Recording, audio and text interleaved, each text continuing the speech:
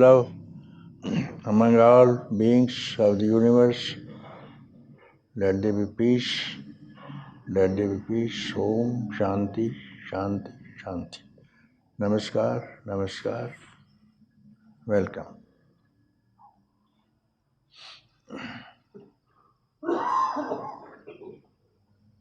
Was speaking yesterday about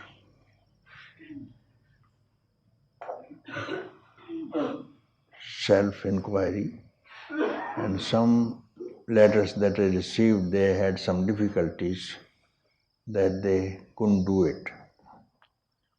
So further, we'll speak this morning again.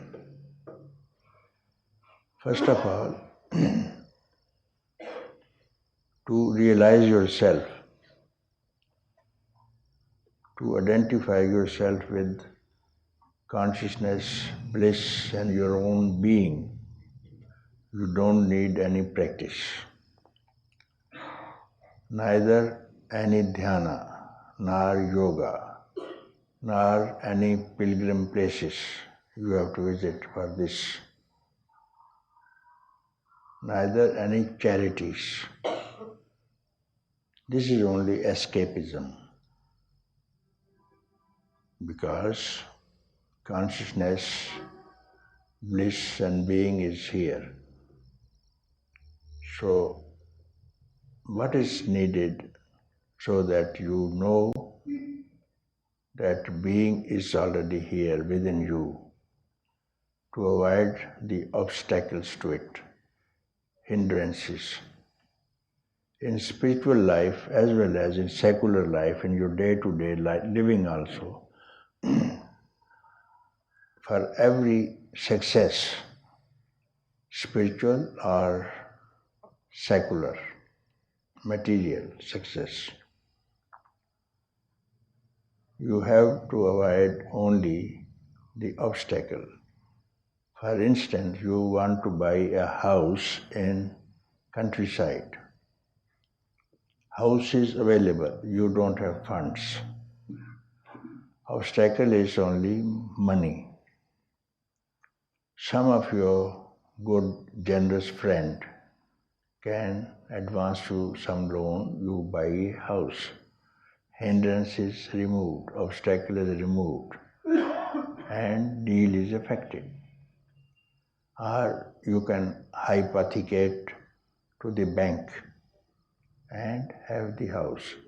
So what you have got to do is to remove the obstacles, to be free, to identify yourself with consciousness and being and bliss whatsoever.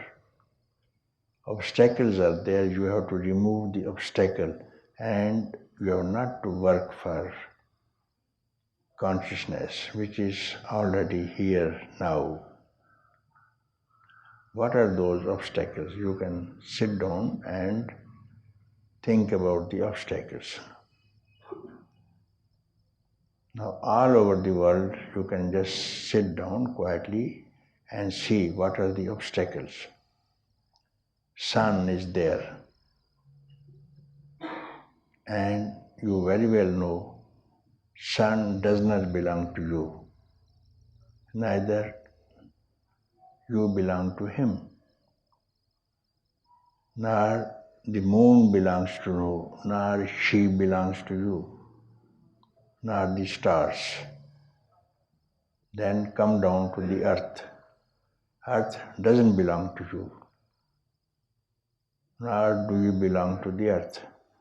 Like this, air, water, fire, ether, other things, they don't belong to you.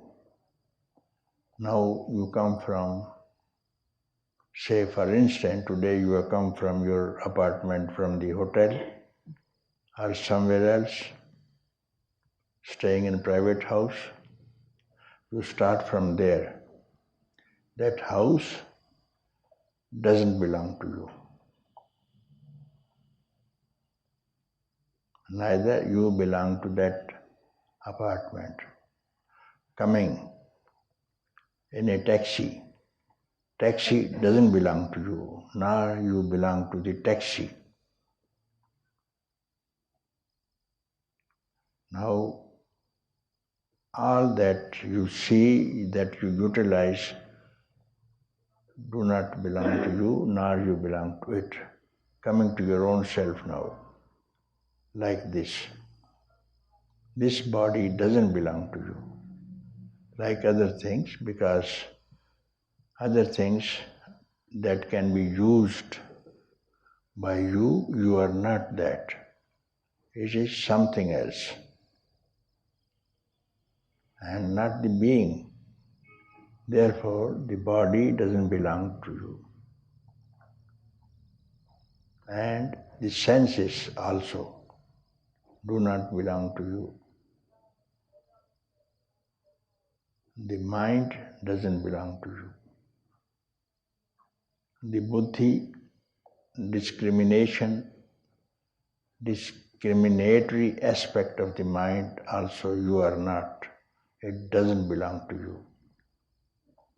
Then the soul also doesn't belong to you. Neither you have any relation with the soul. So soul to mind, and mind to senses, senses to body, and body to all the objects that I have counted. This you are not.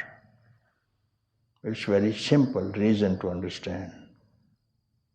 Now, these you are not. So these are only notions.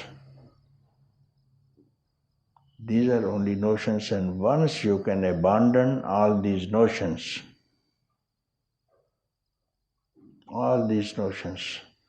you abandon and just stay quiet. Instantly you will know who you are, whatever it is. And you will be only left with consciousness, because all these things which I mentioned, you were quite conscious that you were living in an apartment, you came by a taxi, you are just conscious of it, your travel, but you are not the taxi, just conscious. So rejecting all these objects of sight, of touch and sound, renouncing all the objects. Now you come to point, I have renounced all these things. Finally, this object and subject relationship is still hanging. Objects, all these objects and the subject, the one who has renounced all these things. And last of all, if you could abandon this relationship of subject and object, this renunciation of object and subject, having done it, you can see for yourself what's left. There's no subject and no object, and no notions at all. All this is relationship. Their relationship must be between subject and object, and that surely you are not. Because for a little while you forget subject and object when you go to sleep. And sleep also is a state, one of the three states: waking, dreaming, sleeping. And they alternate. What alternates is not real. The reality does not change. So once you get rid of this notion of subject and object, then all is over. And you are that even before the beginning of everything. And this is consciousness. and bliss. And truth, whatever it is. Actually, it has no name, it is for you to give it a name. It has no name, and you have to do it by yourself today, this hour, this satsang, and now itself. If you want to postpone, don't postpone for more than 1 year. Is allowed.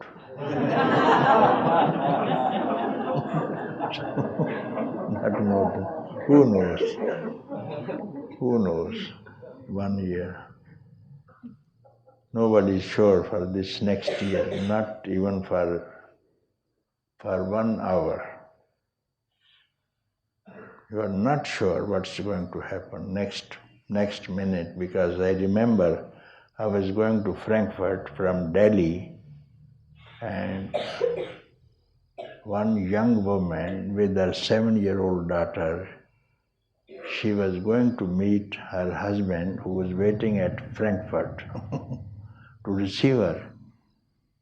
So on the way, on board, she collapsed, massive cardiac failure, and she died. And this girl was there. So she must have been very fit to travel, taking her 7-year-old daughter also.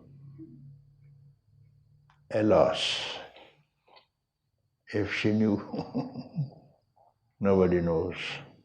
So time at hand is this. This is your time.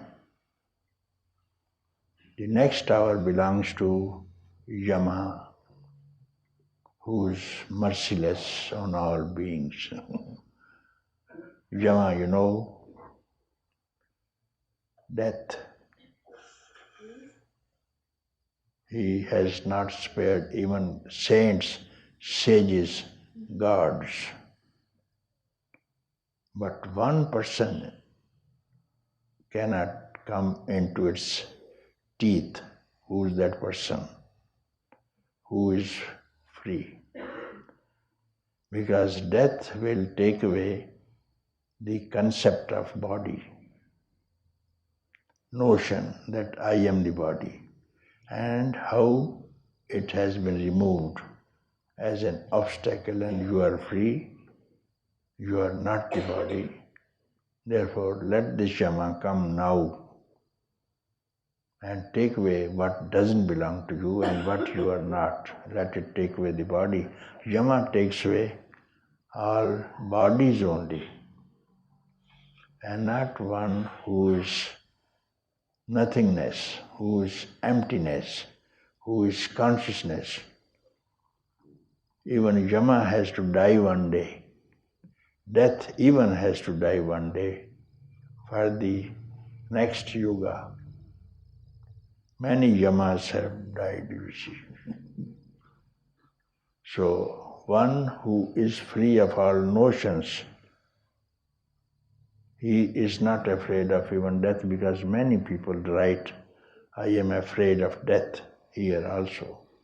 In yesterday's letters also, I am afraid of death. What is death? First of all, you have to remove your notion. What is death that you are afraid of? First know yourself and then speak about death, if you have any. You perhaps will like even Yama, you invite even Yama. Don't be afraid of him. Only you give up your notion of the body, and then who are you? Even Yama is your slave. So this is all that we have to speak again and again, to know thyself through inquiry of who really I am.